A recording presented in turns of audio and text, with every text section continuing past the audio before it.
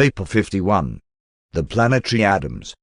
During the dispensation of a planetary prince, primitive man reaches the limit of natural evolutionary development, and this biologic attainment signals the system sovereign to dispatch to such a world the second order of sonship, the biologic uplifters. These sons, for there are two of them, the material son and daughter, are usually known on a planet as Adam and Eve. The original material son of Satania is Adam, and those who go to the system worlds as biologic uplifters always carry the name of this first and original son of their unique order. These sons are the material gift of the Creator Son to the inhabited worlds. Together with the planetary prince, they remain on their planet of assignment throughout the evolutionary course of such a sphere. Such an adventure on a world having a planetary prince is not much of a hazard, but on an apostate planet, a realm without a spiritual ruler and deprived of interplanetary communication, such a mission is fraught with grave danger. Although you cannot hope to know all about the work of these sons on all the worlds of Satania and other systems, other papers depict more fully the life and experiences of the interesting pair, Adam and Eve, who came from the core of the biologic uplifters of Jerusalem to upstep the Urantia races. While there was a miscarriage of the ideal plans for improving your native races, still, Adam's mission was not in vain. Urantia has profited immeasurably from the gift of Adam and Eve, and among their fellows and in the councils on high their work is not reckoned as a total loss. 1. Origin and nature of the material sons of God. The material or sex sons and daughters are the offspring of the Creator Son. The Universe Mother Spirit does not participate in the production of these beings who are destined to function as physical uplifters on the evolutionary worlds. The material order of sonship is not uniform throughout the local universe. The Creator Son produces only one pair of these beings in each local system. These original pairs are diverse in nature, being attuned to the life pattern of their respective systems. This is a necessary provision since otherwise the reproductive potential of the Adams would be non-functional with that of the evolving mortal beings of the worlds of any one particular system. The Adam and Eve who came to Urantia were descended from the original Satania pair of material sons. Material sons vary in height from 8 to 10 feet, and their bodies glow with the brilliance of radiant light of a violet hue. While material blood circulates through their material bodies, they are also surcharged with divine energy and saturated with celestial light. These material sons, the Adams, and material daughters, the Eves, are equal to each other, differing only in reproductive nature and in certain chemical endowments. They are equal but differential, male and female, hence complemental, and are designed to serve on almost all assignments in pairs. The material sons enjoy a dual nutrition. They are really dual in nature and constitution, partaking of materialized energy much as do the physical beings of the realm, while their immortal existence is fully maintained by the direct and automatic intake of certain sustaining cosmic energies.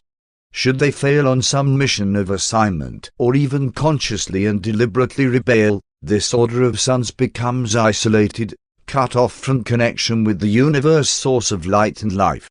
Thereupon they become practically material beings, destined to take the course of material life on the world of their assignment, and compelled to look to the universe magistrates for adjudication. Material death will eventually terminate the planetary career of such an unfortunate and unwise material son or daughter.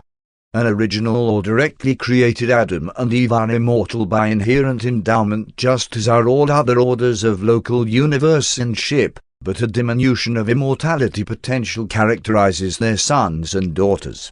This original couple cannot transmit unconditioned immortality to their procreated sons and daughters.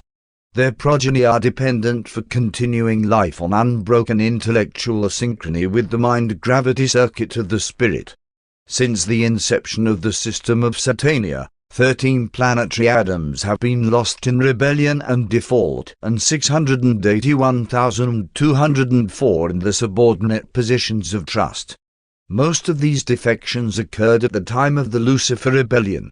while living as permanent citizens on the system capitals, even when functioning on descending missions to the evolutionary planets. The material sons do not possess thought adjusters, but it is through these very services that they acquire experiential capacity for adjuster indwellment and the paradise ascension career. These unique and wonderfully useful beings are the connecting links between the spiritual and physical worlds.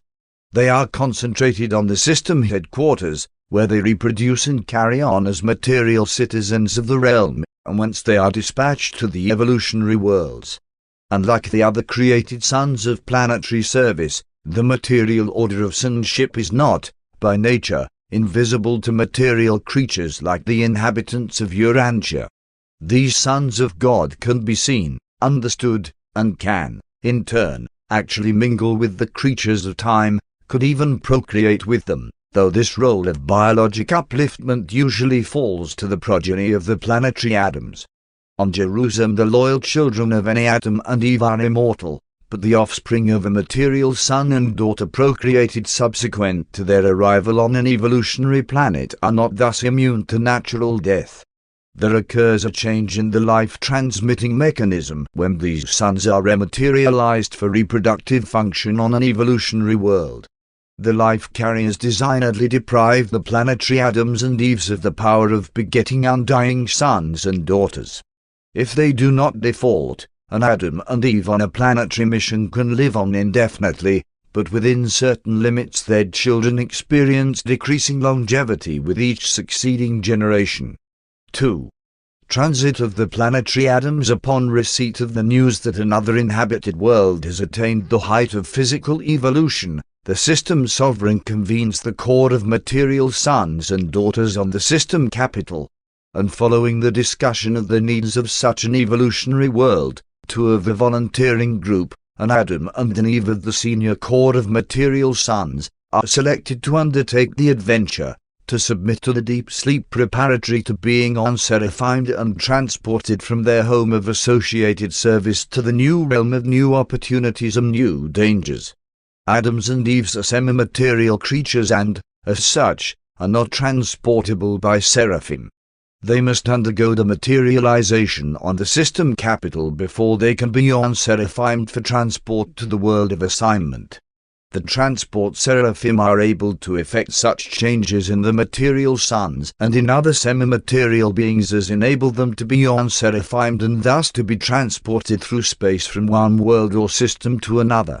About 3 days of standard time are consumed in this transport preparation, and it requires the cooperation of a life carrier to restore such a dematerialized creature to normal existence upon arrival at the end of the seraphic transport journey. While there is this dematerializing technique for preparing the Adams for transit from Jerusalem to the evolutionary worlds, there is no equivalent method for taking them away from such worlds unless the entire planet is to be emptied, in which event emergency installation of the dematerialization technique is made for the entire salvable population. If some physical catastrophe should doom the planetary residents of an evolving race, the Melchizedeks and the life carriers would install the technique of dematerialization for all survivors, and by seraphic transport these beings would be carried away to the new world prepared for their continuing existence. The evolution of a human race, once initiated on a world of space, must proceed quite independently of the physical survival of that planet, but during the evolutionary ages it is not otherwise intended that a planetary Adam or Eve shall leave their chosen world. Upon arrival at their planetary destination the material son and daughter are rematerialized under the direction of the life carriers. This entire process takes 10 to 28 days of Urantia time. The unconsciousness of the seraphic slumber continues throughout this entire period of reconstruction. When the reassembly of the physical organism is completed, these material sons and daughters stand in their new homes and on their new worlds to all intents and purposes just as they were before submitting to the dematerializing process on Jerusalem. 3. The Adamic missions on the inhabited worlds. The material sons and daughters construct their own garden homes, soon being assisted by their own children.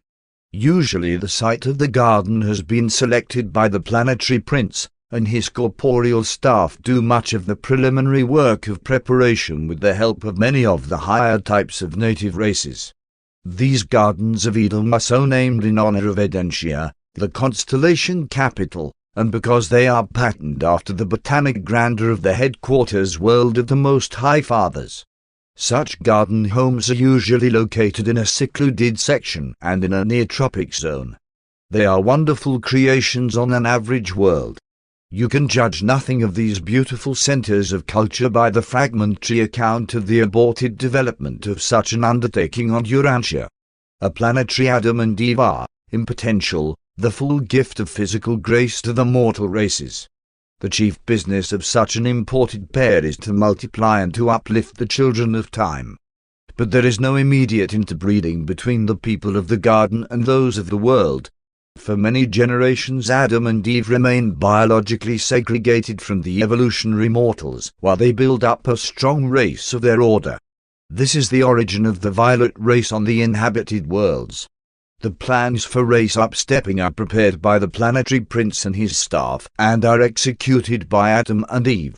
And this was where your material son and his companion were placed at great disadvantage when they arrived on Urantia. Caligastia offered crafty and effective opposition to the Adamic mission, and notwithstanding that the Melchizedek receivers of Urantia had duly warned both Adam and Eve concerning the planetary dangers inherent in the presence of the rebellious planetary prince, this archbell, by a wily stratagem, outmaneuvered the Edenic pair and entrapped them into a violation of the covenant of their trusteeship as the visible rulers of your world. The traitorous planetary prince did succeed in compromising your Adam and Eve, but he failed in his effort to involve them in the Lucifer rebellion. The fifth order of angels, the planetary helpers, are attached to the Adamic mission, always accompanying the planetary Adams on their world adventures. The core of initial assignment is usually about 100,000. When the work of the Urantia Adam and Eve was prematurely launched, when they departed from the ordained plan, it was one of the seraphic voices of the garden who remonstrated with them concerning their reprehensible conduct. And your narrative of this occurrence well illustrates the manner in which your planetary traditions have tended to ascribe everything supernatural to the Lord God. Because of this, Urantians have often become confused concerning the nature of the Universal Father, since the words and acts of all his associates and subordinates have been so generally attributed to him. In the case of Adam and Eve, the angel of the garden was none other than the chief of the planetary helpers then on duty. This seraphim, Salonia, proclaimed the miscarriage of the divine plan and requisitioned the return of the Melchizedek receivers to Urantia. The secondary midway creatures are indigenous to the Adamic missions. As with the corporeal staff of the planetary prince, the descendants of the material sons and daughters are of two orders, their physical children and the secondary order of midway creatures. These material but ordinarily invisible planetary ministers contribute much to the advancement of civilization and even to the subjection of insubordinate minorities who may seek to subvert social development and spiritual progress. The secondary midwayers should not be confused with the primary order, who date from the near times of the arrival of the planetary prince. On Urantia a majority of these earlier midway creatures went into rebellion with Caligastia and have, since Pentecost, been interned. Many of the Adamic group who did not remain loyal to the planetary administration are likewise interned. On the day of Pentecost the loyal primary and the secondary midwayers effected a voluntary union and have functioned as one unit in world affairs ever since. They serve under the leadership of loyal midwayers alternately chosen from the two groups. Your world has been visited by four orders of sonship: Caligastia, the planetary prince; Adam and Eve of the material sons of God; Machiventa Melchizedek, the sage of Salem in the days of Abraham; and Christ Michael, who came as the paradise bestowal son.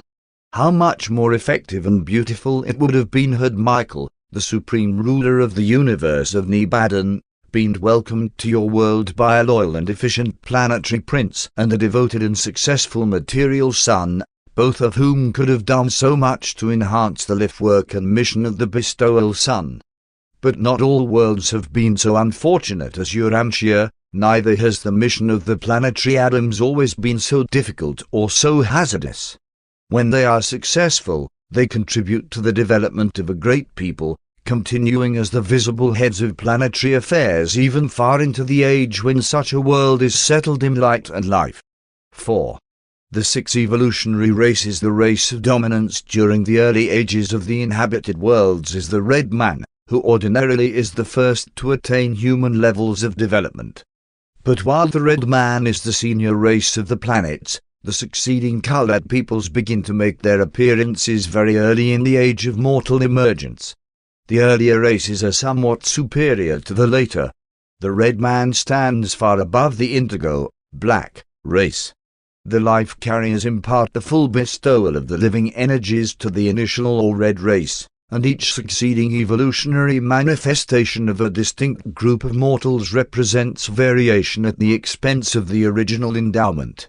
Even mortal stature tends to decrease from the red man down to the indigo race, although on Urantia unexpected strains of giantism appeared among the green and orange peoples. On those worlds having all 6 evolutionary races, the superior peoples are the first, third, and fifth races, the red, the yellow, and the blue. The evolutionary races thus alternate in capacity for intellectual growth and spiritual development, the second, fourth, and sixth being somewhat less endowed. These secondary races are the peoples that are missing on certain worlds. They are the ones that have been exterminated on many others. It is a misfortune on Urantia that you so largely lost your superior blue men, except as they persist in your amalgamated white race. The loss of your orange and green stocks is not of such serious concern. The evolution of 6, or of 3, colored races, while seeming to deteriorate the original endowment of the red man, provides certain very desirable variations in mortal types and affords an otherwise unattainable expression of diverse human potentials. These modifications are beneficial to the progress of mankind as a whole, provided they are subsequently upstepped by the imported Adamic or violet race. On Urantia this usual plan of amalgamation was not extensively carried out, and this failure to execute the plan of race evolution makes it impossible for you to understand very much about the status of these peoples on an average inhabited planet by observing the remnants of these early races on your world. In the early days of racial development there is a slight tendency for the red, the yellow, and the blue men to interbreed. There is a similar tendency for the orange, green, and indigo races to intermingle. The more backward humans are usually employed as laborers by the more progressive races. This accounts for the origin of slavery on the planets during the early ages. The orange men are usually subdued by the red and reduced to the status of servants, sometimes exterminated. The yellow and red men often fraternize, but not always. The yellow race usually enslaves the green, while the blue man subdues the indigo. These races of primitive men think no more of utilizing the services of their backward fellows in compulsory labor than Urantians would of buying and selling horses and cattle. On most normal worlds involuntary servitude does not survive the dispensation of the planetary prince, although mental defectives and social delinquents are often still compelled to perform involuntary labor. But on all normal spheres this sort of primitive slavery is abolished soon after the arrival of the imported violet or Adamic race. These 6 evolutionary races are destined to be blended and exalted by amalgamation with the progeny of the Adamic uplifters. But before these peoples are blended, the inferior and unfit are largely eliminated. The planetary prince and the material sun, with other suitable planetary authorities, pass upon the fitness of the reproducing strains. The difficulty of executing such a radical program on Urantia consists in the absence of competent judges to pass upon the biologic fitness or unfitness of the individuals of your world races. Notwithstanding this obstacle, it seems that you ought to be able to agree upon the biologic disfellowshipping of your more markedly unfit, defective, degenerate, and antisocial stocks. 5. Racial amalgamation, bestowal of the Adamic blood. When the planetary Adam and Eve arrive on an inhabited world, they have been fully instructed by their superiors as to the best way to effect the improvement of the existing races of intelligent beings. The plan of procedure is not uniform. Much is left to the judgment of the ministering pair, and mistakes are not infrequent, especially on disordered, insurrectionary worlds, such as Urantia. Usually the violet peoples do not begin to amalgamate with the planetary natives until their own group numbers over 1 million. But in the meantime the staff of the planetary prince proclaims that the children of the gods have come down, as it were, to be one with the races of men. And the people eagerly look forward to the day when announcement will be made that those who have qualified as belonging to the superior racial strains may proceed to the Garden of Eden and be there chosen by the sons and daughters of Adam as the evolutionary fathers and mothers of the new and blended order of mankind. On normal worlds the planetary Adam and Eve never mate with the evolutionary races. This work of biologic betterment is a function of the Adamic progeny. But these Adamites do not go out among the races. The prince's staff bring to the Garden of Eden the superior men and women for voluntary mating with the Adamic offspring. And on most worlds it is considered the highest honor to be selected as a candidate for mating with the sons and daughters of the garden. For the first time the racial wars and other tribal struggles are diminished, while the world races increasingly strive to qualify for recognition and admission to the garden. You can at best have but a very meager idea of how this competitive struggle comes to occupy the center of all activities on a normal planet. This whole scheme of race improvement was early wrecked on Urantia. The violet race is a monogamous people, and every evolutionary man or woman uniting with the Adamic sons and daughters pledges not to take other mates and to instruct his or her children in single-matedness. The children of each of these unions are educated and trained in the schools of the planetary prince, and then are permitted to go forth to the race of their evolutionary parent, there to marry among the selected groups of superior mortals. When this strain of the material sons is added to the evolving races of the worlds, a new and greater era of evolutionary progress is initiated. Following this procreative outpouring of imported ability and super-evolutionary traits, there ensues a succession of rapid strides in civilization and racial development. In 100,000 years more progress is made than in 1,000,000 years of former struggle. On your world, even in the face of the miscarriage of the ordained plans, great progress has been made since the gift to your peoples of Adam's life plasma. But while the pure-line children of a planetary Garden of Eden can bestow themselves upon the superior members of the evolutionary races and thereby upstep the biologic level of mankind, it would not prove beneficial for the higher strains of Urantia mortals to mate with the lower races. Such an unwise procedure would jeopardize all civilization on your world. Having failed to achieve race harmonization by the Adamic technique, you must now work out your planetary problem of race improvement by other and largely human methods of adaptation and control. 6.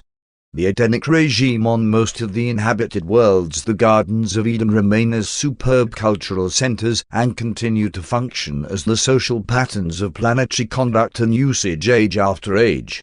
Even in early times, when the violet peoples are relatively segregated, their schools receive suitable candidates from among the world races, while the industrial developments of the garden open up new channels of commercial intercourse.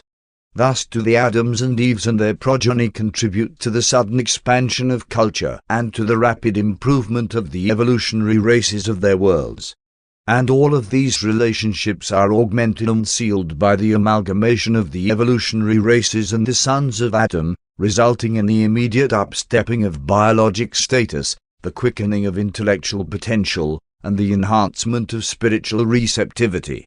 On normal worlds, the garden headquarters of the violet race becomes the second center of world culture and, jointly with the headquarters city of the planetary prince, sets the pace for the development of civilization. For centuries the city headquarters schools of the planetary prince and the garden schools of Adam and Eve are contemporary.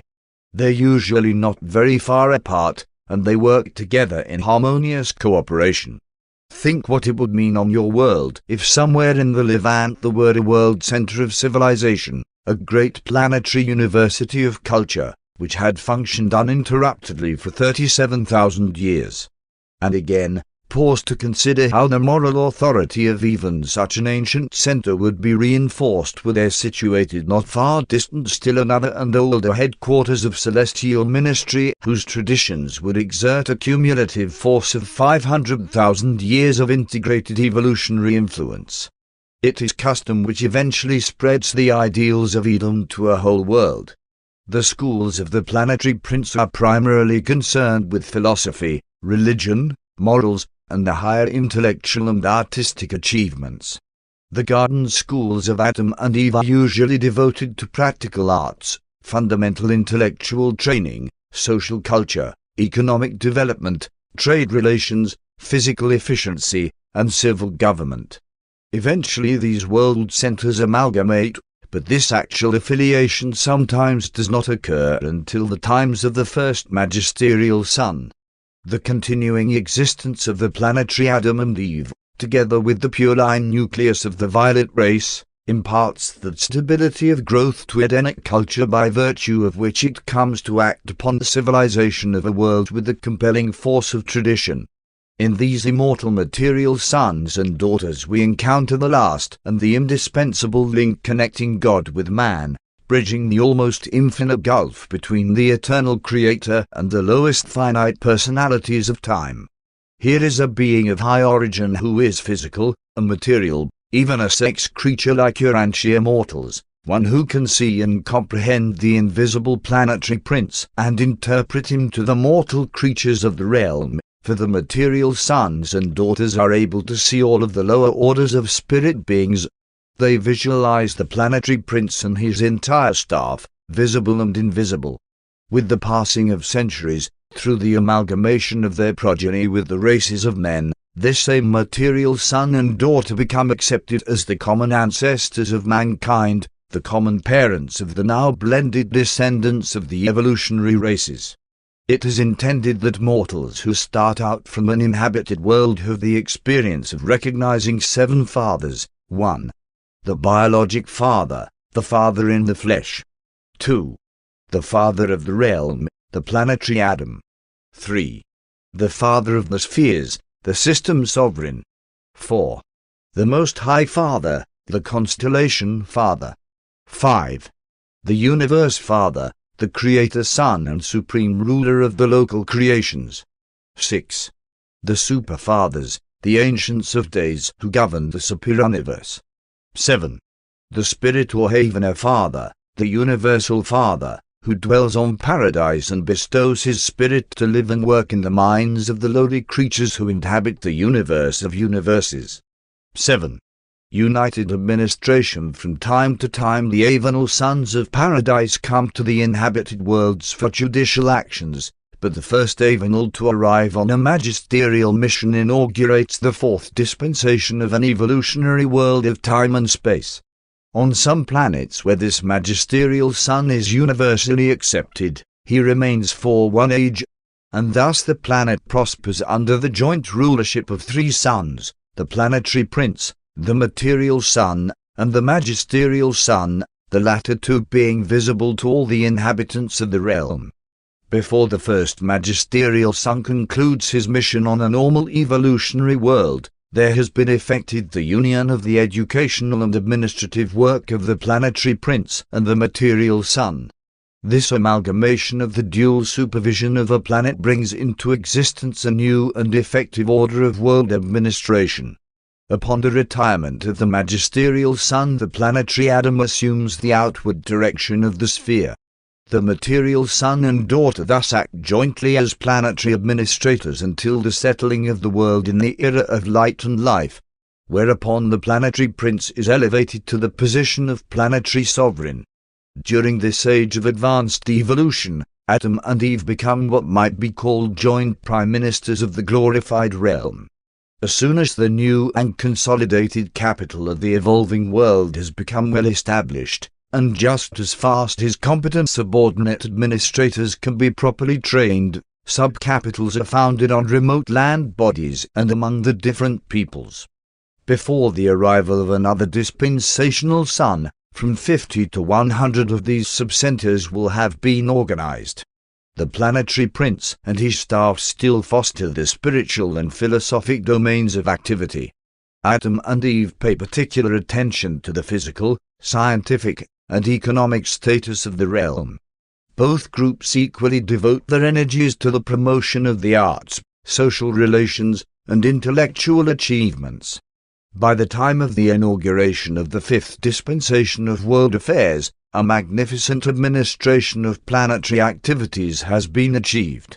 Mortal existence on such a well-managed sphere is indeed stimulating and profitable. And if Urantians could only observe life on such a planet, they would immediately appreciate the value of those things which their world has lost through embracing evil and participating in rebellion.